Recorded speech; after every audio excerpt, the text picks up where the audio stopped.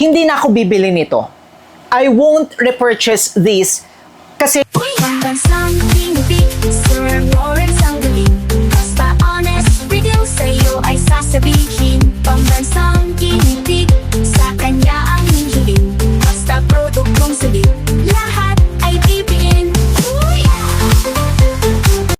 Hi mga kamukha, tayo po'y nagbabalik. Ako po si Sir Lawrence, ang inyong pambansang human guinea pig. Heart! Medyo may stiff neck tayo si Sir Lawrence dahil naka-cup tayo ngayon. Medyo yung leeg ko, hindi ako makaayos ng maigi. Pero panindigan na natin yan mga kamukha kasi walang ayos yung buhok ko. Pero para new look nga rin sa inyo mga kamukha. For today's video, isang perfume lotion na naman nga po ang ating ire-review. At ang mga perfume lotion na uuso na yan ngayon dito sa Pilipinas. If I'm not mistaken nga po, mga 3 brands na nga po ng perfume lotion ang ating na-try. At ito nga po, from sikat and trending na brand, ang taas nga rin po ng engagement natin dito.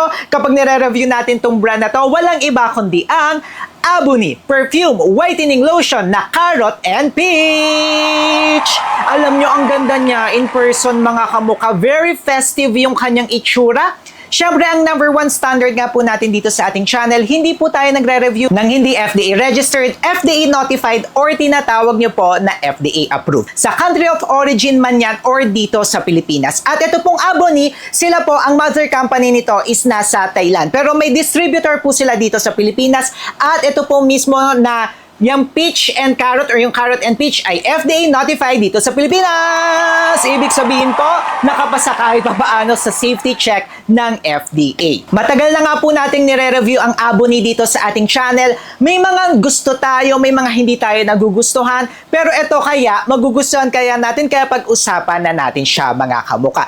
Ang sinasabi dito, ito na naman, no, yung X3 or 3 times whitening nga raw po siya. Bakit siya magiging 3 times whitening? Because of course, ng kanyang active ingredients. Ang first na active ingredient niya is meron po itong glutathione. Yes, may glutathione siya mga kamukha na pwedeng magpalighten ng ating skin. Pero hindi pwede naaasa lang kayo dito ha. It must be really combination of different products yan. Panglabas at syempre pangloob. Nakalimutan ko, parang wala pala akong watch. Magsuot muna tayo. Nakalimutan ko. And then ang next one nga po, aside nga po sa meron siya na glutathione, is meron nga rin po itong carrots mga kamukha or carrot. Yung carrot, ayan po siya, bihira lang tayo makakita ng carrot, no? Ang kagandahan ng carrot extract ay natural antioxidant po ito na nagpoprotekta sa ating skin from free radicals and also nakaka-hydrate po siya ng skin. Ang kagandahan naman dito, nakalagay siya dito sa likod natin or sa likod nitong box. Sa likod natin talaga. Sa likod ng packaging niya. And meron nga rin po itong pangatlo, which is peach extract. Yung peach extract, great source daw po ito ng nutrients, multivitamins, and minerals at nakakapagbigay ito ng radiant glow sa ating skin. Nakalagay nga rin po dito sa kanilang packaging na zero alcohol siya. Wala siyang alcohol content, which is good, lalo na sa may mga dry skin at also aging skin. Medyo iwas-iwas tayo sa mga alcohol. Zero rin po ang kanyang paraben and no sticky feeling po siya. Yan yung nakalagay dito mga kamukha. So if you are really looking for a good lotion na pwede kayong pumuti, mag-brighten ng inyong skin, may mga active ingredients, yes, isang check na siya. Pero ang downside nito, upon checking, wala po siya na SPF. Dahil wala po siyang SPF, kailangan pa nga rin po natin, of course, na maglalagay ng SPF sa ating skin. Yun yung medyo downside na nakikita ko sa kanya kasi wala po siya na sunscreen benefit. And if nagpapaputi nga po kayo, kailangan talaga nating mag-SPF, lalo na kung lumalabas kayo, every 2 to 4 hours, kailangan po nating mag-reapply. So yun yung isa sa downside niya. Sinabi ko nga po sa inyo, nauuso na dito talaga sa Pilipinas yung mga perfume lotion. At ito nga po, perfume lotion siya. Kaya let's go! Again, this is an honest review. Alam nyo naman yan dito sa ating channel. Ito po siya mga kamuka. Yung amoy niya, to be honest, ay amoy sabon. Amoy sabon, clean, pero medyo overwhelming at the same time. Amoy matapang talaga siya mga kamukha para sa akin eh. Kasi may mga ayun no, medyo tumutusing siya sa akin. Kasi may mga amoy tayo na mga sabon na okay. 'Di ba? Yung parang mabango, yung clean lang, smooth lang, pero ito yung sabon na medyo matapang siya. Now let's apply sa aking skin. Ayan po siya. Pwede nyo po itong gamitin pa ulit-ulit mga kamukha, pero yun nga lang kung kayo po ay nagbibilad sa araw, need nyo pa nga rin po ng SPF. Ayan siya. If you go compare, to be honest wala siyang difference.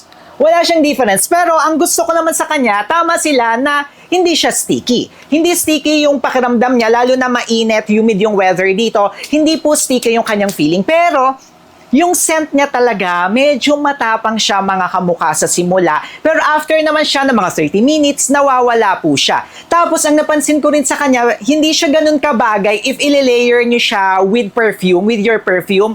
Medyo hindi ko nagustuhan pag nililayer ko siya. Kaya parang if ginagamit ko to, kailangan as is lang siya sa balat ko. Hahayaan ko muna na mag 30 minutes, mag 1 hour before po ako mag-spray. Ayan, na-tip ko yan sa inyo Kailangan i-leave nyo muna ito ng ilang minutes before kayo na magle-layer ng inyong perfume. Kasi kapag nilayer niyo siya agad with your perfume, nakakatusing siya. Hindi siya ganun ka-okay para sa akin. Para sa amoy ko, mataas po yung standards ko pagdating sa pang-amoy.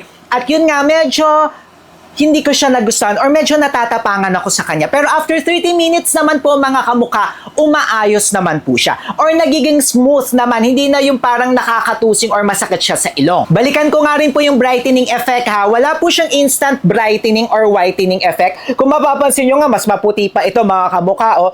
Hindi siya ganoon. But if you are looking for nourishment, if you are looking for hydration, nabibigay naman niya. And yun nga, wala po siyang sticky feeling. Alam nyo, hindi ko siya ma-stop, ma-compare doon sa last ko nga po na perfume lotion na tinry and I really love that. Papakita ko po siya sa inyo.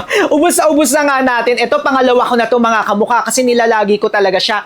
Which is, ito pong from Dioflex na Rouge na luxury perfume lotion. Yan, Dioflex. Mabango talaga ito mga kamukha. As in perfume level. Mataas nga po yung pang-amoy level ko or yung standards ko at nabigay niya talaga. Amoy talaga siyang Baccarat Rouge na 540. On this one naman, parang hindi siya perfume para siya talaga na sabon. Ganun yung amoy ko. Kaya hindi ko siya nagigets bakit natawag siyang perfume lotion. Pero kung gusto niyo ng amoy sabon na clean lang, ayan, magugustuhan niyo po siya mga kamukha. Pero for me talaga, matapang talaga siya sa unang paglagay nyo. Unlike this one ayan hindi tayo bayad nito pero hello po sa inyo. Ang galing talaga nito May separate review tayo nito. Gusto niyo mapanood? Ito sobrang bango talaga nito mga kamukha.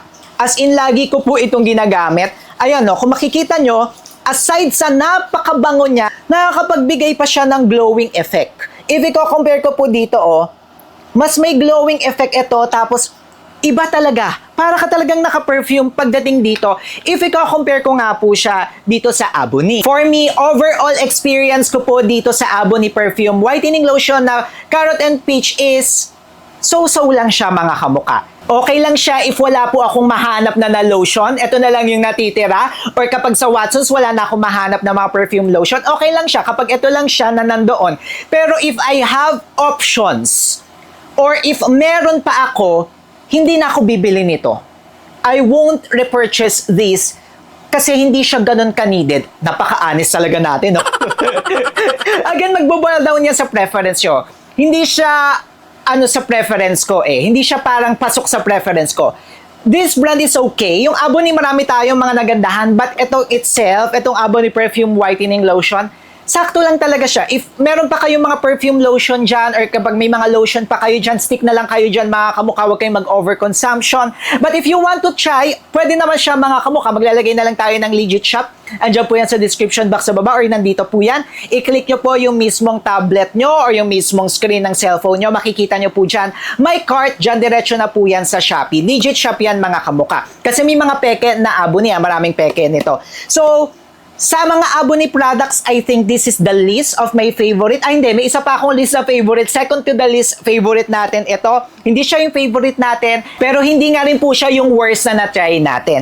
So, if I will be comparing nga ito, mas pipiliin ko po itong si Dioflex naman talaga na Rouge. Grabe. Sobrang bango talaga niya, Tapos tumatagal talaga yung amoy nito for hours. Ito, overwhelming siya sa una, pero as time goes by, naging ayos lang siya. Pero hindi talaga na ganoon na parang nakakamayaman. Hindi siya yung ganoon na parang sasabihin ko talaga na you need to buy this. Ito, sakto lang. If you want a whitening lotion, okay siya sa inyo. Pero yun nga, marami akong nakikita na mas better or better pa than this product. O di ba, napaka-honest talaga natin ha. Kayo mga kamukha, anong masasabi nyo dito sa aboni na ito? Aba, magkwentuhan tayo dyan sa baba. Mag-comment kayo dyan sa baba. At kung may mga gusto pa kayong ipatsa, aba, mag-comment rin kayo dyan. And speaking of ito, si Dio Flex, ayan, na Rouge, baka gusto nyo mapanood yung review natin ito. At ito talaga, nagandahan tayo. Kita-kita nyo, maubos na yan. Meron po yan dito po sa Gilid-Gileders. Siyempre, mag-subscribe na rin kayo kay Sir Lawrence. Ang ganda ng look natin, no? Napaka-fresh natin ngayon. Paano ba yan, mga kamukha? Paalis na po ako. Magkita-kita po tayo sa next video po natin. Mag-subscribe na rin kayo kay Sir Lawrence. Click nyo na to, mga kamukha. Go, girl, glow!